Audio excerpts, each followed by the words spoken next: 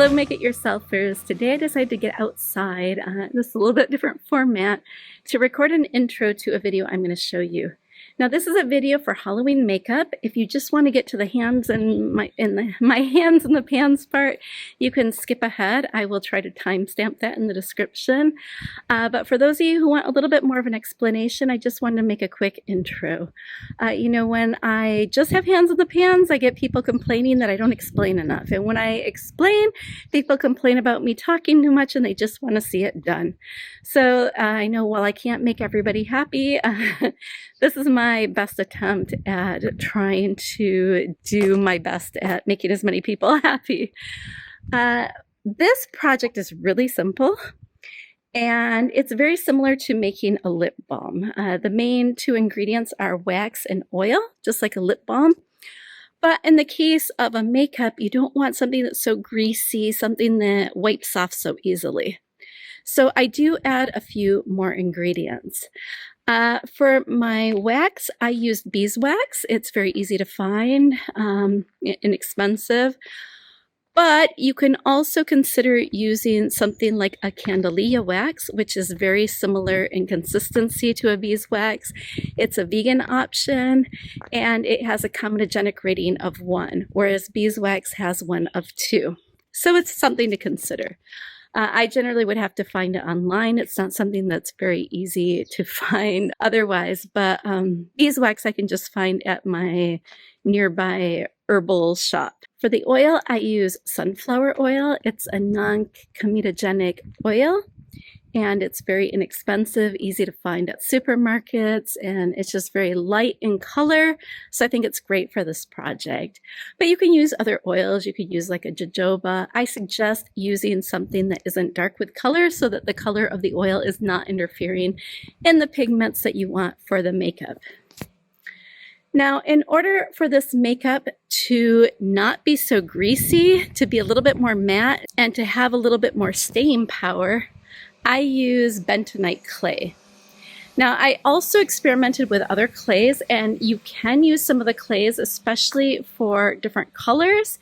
You can find clays in a lot of different colors, and that will help boost your pigment for your makeup. And it's really great for something like the white colors. You can use like a white kaolin clay instead of the bentonite, which could muddy up and darken your white makeup. But I like the way that bentonite clay just glides on. And so that is my favorite for most colors. But use whatever you have on hand, you can experiment with it. The other ingredient that I use for all of my sticks is magnesium stearate. Now this is an optional ingredient. You do not have to use it. In fact, it's become a bit controversial. It is used to lubricate machinery when making supplements, and so a lot of people have opened their eyes to it and they're trying to avoid it. Now, I think it's generally considered safe. You know, on the EWG database, they have it as regarded as safe in small quantities. And in this case, you aren't ingesting it. This is used on your skin. I don't have a problem with it. And if you compare these makeups that you're making, a lot of the store-bought makeups have been found to have heavy metals and hormone disruptors. So I feel really good about this. But magnesium stearate is completely optional. I tried making it both with and without, and I do like the way that it glides on better and stays put better with the magnesium stearate. But if you don't want to use it, I suggest adding a bit more clay to your makeup. And then, of course, the important ingredient to get the color for your makeup is the pigments. And you can use a variety of pigments. You can use clays that are colored, of course. Things that you find around your house, like activated charcoal is great for black, cocoa powder for brown, and these sorts of things. Spices like turmeric, and there's like a Mexican spice called achiote. Can't remember what the name is in English, but it works really well for a bright orange. But what I have generally used for these makeups is an iron oxide or a mica. Both of these things are mined naturally, even though I like to use natural products when possible. It's natural isn't always the best option. And in the case of something like iron oxides, naturally mined ones can be contaminated with heavy metals. So they can make in labs a bioidentical iron oxide without the contaminants. And so that is what I choose for something like this. Iron oxides can generally be found in like a red color like this, or a yellow ochre color like this, or black or brown. But there isn't a huge variety of iron oxides. That's where the micas come in really well. Mica is coated with different pigments, so each mica could be more or less natural. But micas generally have a little bit of pearl tone to it, or a little bit of sparkle. And there is a wide variety of colors and very bright colors. So they're great for this sort of project. But, you know, experiment, have fun with it, use whatever you want. The clays will add color, but it's generally more muted. So you're going to want to maybe combine them with some other pigments. But again, you play with it. This project is really simple. I heat both the wax and the oil in a double boiler until the wax melts.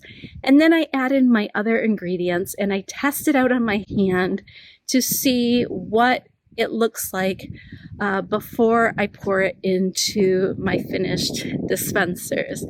And what I'm using for this is just chapstick containers.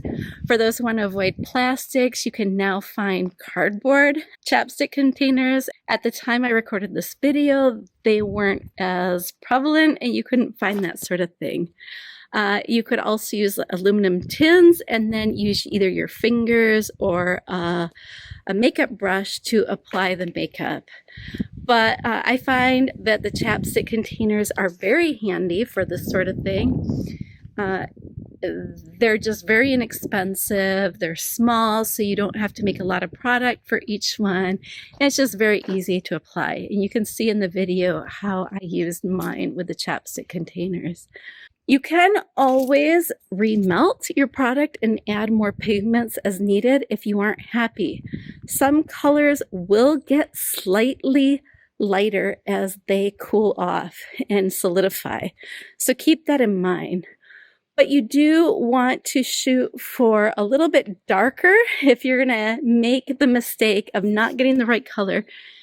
Err on the side of getting it too dark rather than too light, because you can always remelt and add a little bit of titanium dioxide or zinc oxide to lighten the color a little bit.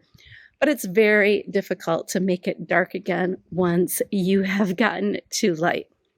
So keep that in mind. With all of that said, have fun with it. This is a fun project.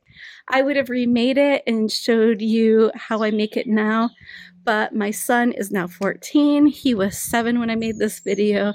He is not into this anymore, so I'm going to show you the old video, but with this introduction, and I hope you enjoy it. With that, happy Halloween. Until next time.